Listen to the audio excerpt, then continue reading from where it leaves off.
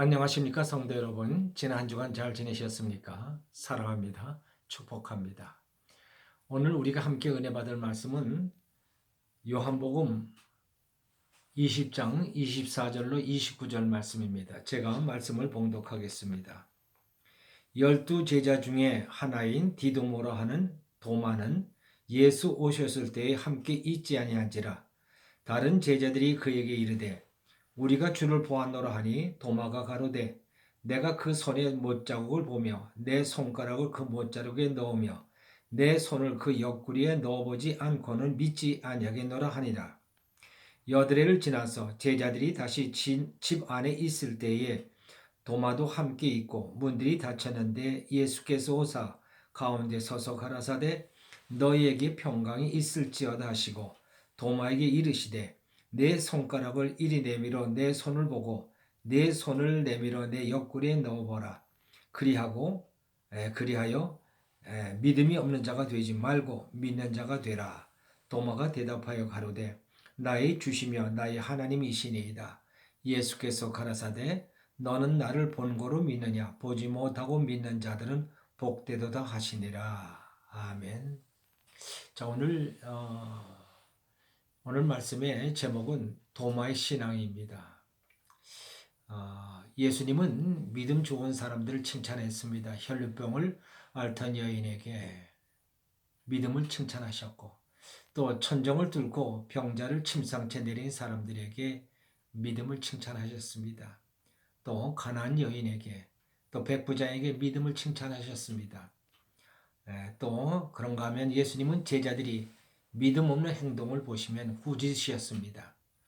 제자들에게 가장 중요한 것은 믿음이었고 또 믿음이 적거나 믿음 없는 행동은 지적감이었습니다. 그것은 우리들에게도 마찬가지입니다. 신앙생활의 가장 중요한 것은 믿음입니다. 믿음은 신앙생활의 근본과 같은 것입니다.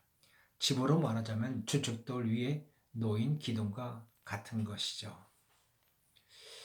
우리는 믿음으로 구원도 받고 믿음으로 능력 있는 삶을 살 수 있고 믿음으로 하나님의 복을 누릴 수 있습니다. 우리 신앙에서 믿음을 빼면 시체라고 해도 과언이 아닙니다. 오늘 본문에 등장하는 도마는 의심 많은 제자로 알려져 있습니다. 의심 많은 사람들을 가리켜 말할 때면 항상 도마의 이름이 나옵니다. 지금 저 천국에서 자기 이름을 들을 때마다 도마 선배님께서 무슨 생각을 하고 있을까요? 나같이 살면 안 됩니다. 여러분은 의심이라는 것을 절대로 하면 안 됩니다. 이렇게 말할까요? 저는 그렇게 생각하지 않습니다. 도마가 말을 한다면 이렇게 말할 것 같습니다. 여러분, 여러분의 의심을 믿음으로 바꾸십시오. 나는 도마를 보면서 오히려 위로와 소망을 얻게 됩니다. 만일 제자들이 하나같이 의심 없는 사람들이었다면 의심 많은 우리에게 무슨 소망이 있겠습니까? 의심 없는 사람만 구원받고 의심 없는 사람만 복을 받고 의심 없는 사람만 주의를 감당할 수 있다면 여러분과 나같이 의심 많은 사람은 하나님 나라에 아무 쓸모없는 그런 사람이지 않습니까? 그러므로 제자 중에 도마가 있다는 것은 우리에게 얼마나 큰 위로와 소망을 주는 일인지 모릅니다. 의심 많은 사람도 예수님의 제자가 될 수 있구나. 그렇다면 의심 많은 나도 예수님의 제자가 될 소망이 있는 것입니다. 그러므로 다른 어떤 제자들보다 도마가 더욱 우리에게 소중한 존재가 됩니다. 그래서 저는 도마를 아주 좋아합니다. 사람에게 생기는 의심은 어떻게 해볼 도리가 없는 것입니다. 의심이 되는데 어떻게 하란 말입니까? 의심이 되는데 믿습니다 한다고 믿어집니까? 그렇다고 해서 믿음이 생긴다면 저는 1000번이라도 그렇게 하겠습니다. 그러나 믿어지지 않는데 어떻게 하란 말입니까? 세상에서 제일 답답한 일이 뭡니까? 믿어지지 않는데 무조건 믿으라고 닥달하는 것입니다. 믿으라고 강요하는 것입니다. 그리고 한 수 더 떠서 믿지 못하는 사람을 죄인 취급하는 것입니다.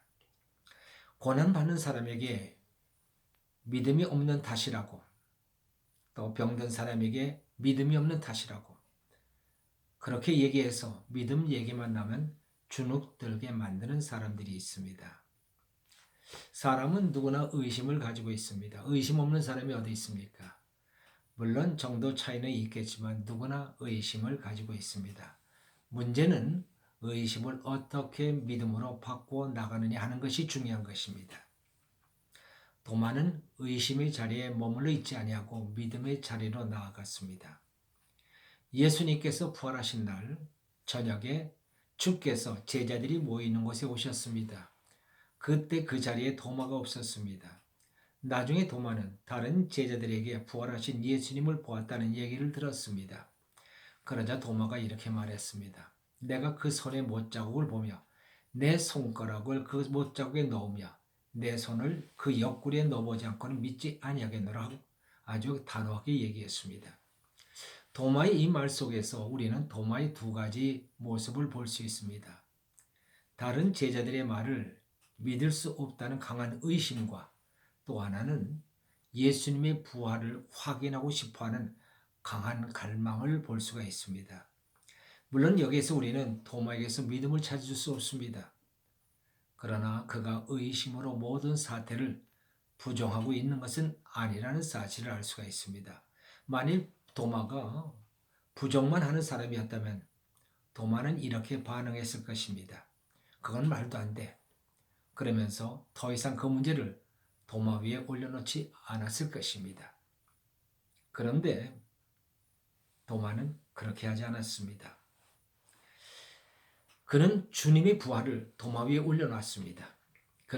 그가 굳이 자기 손을 예수님의 손의 못자국에 예수님의 옆구리에 넣어보지 않고는 그런 말을 하는 것은 그가 얼마나 주님의 부활을 갈망하고 있는지를 잘 보여주는 대목입니다. 제가 대학 시험을 봤습니다. 그 당시에는 합격자 발표를 라디오 방송으로 했습니다. 방송에 내 수험 번호가 불려지지 않았습니다. 방송을 듣고 있던 가족들이 모두 실망했습니다. 그때 나는 집에 없었고 친구들과 같이 있었습니다. 친구들과 나는 방송을 듣지 않고 있었던 것이죠. 친구들과 방송국에 가서 수험 번호를 넣어서 확인해 달라고 했더니 합격이라고 했습니다. 그래서 집에 전화를 해서 합격했다고 했습니다. 그랬더니 가족들이 내 말을 믿을 수가 없었던 모양입니다. 아버님이 그날로 학교까지 달려가서 합격자 명단을 확인하셨습니다. 가족들은 내 말을 의심했지만 나의 합격을 간절히 갈망했다는 것이죠.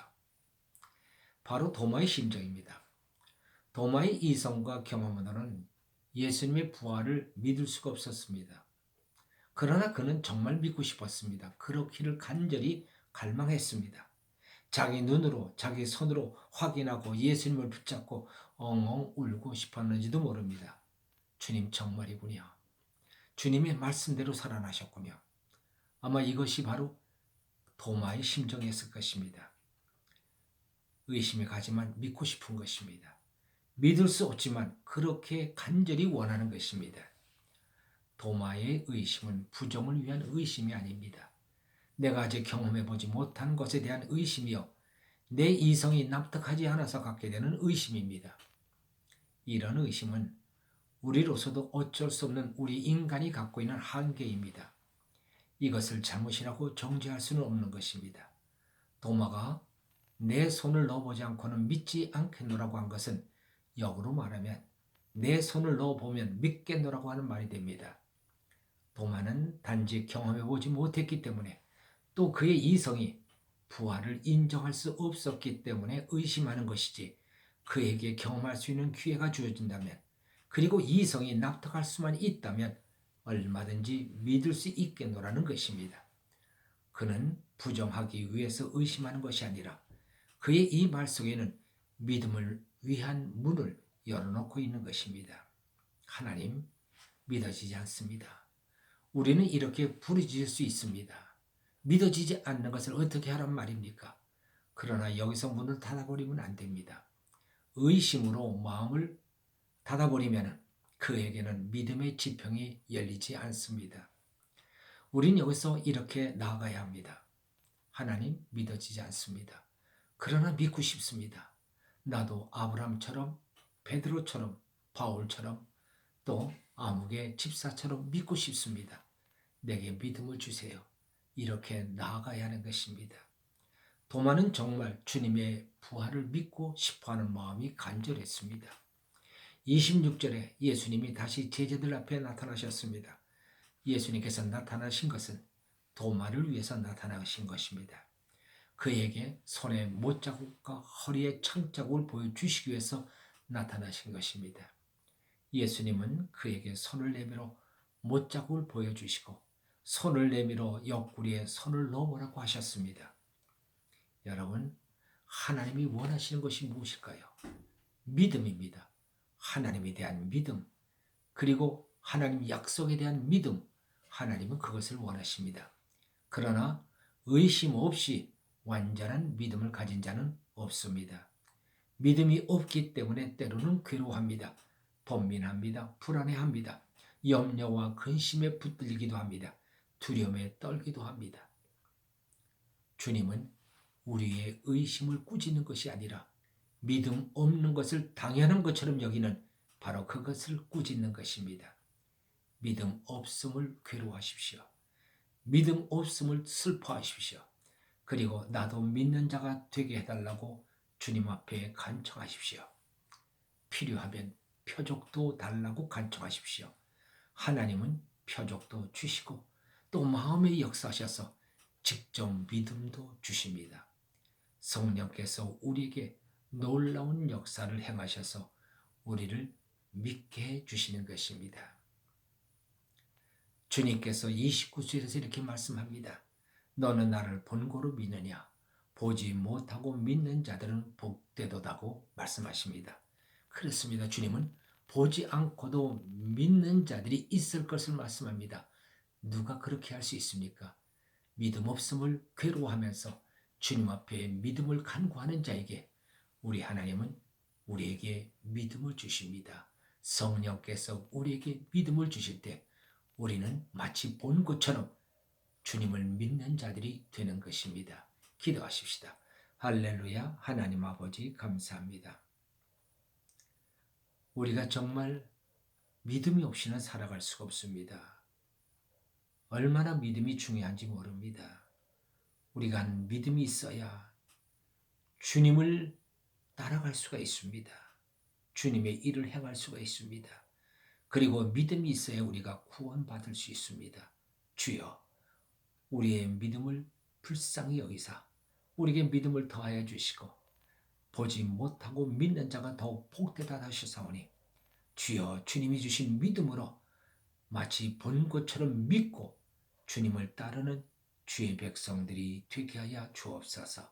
감사하고 우리 주 예수 그리스도의 이름으로 기도하옵나이다. 아멘.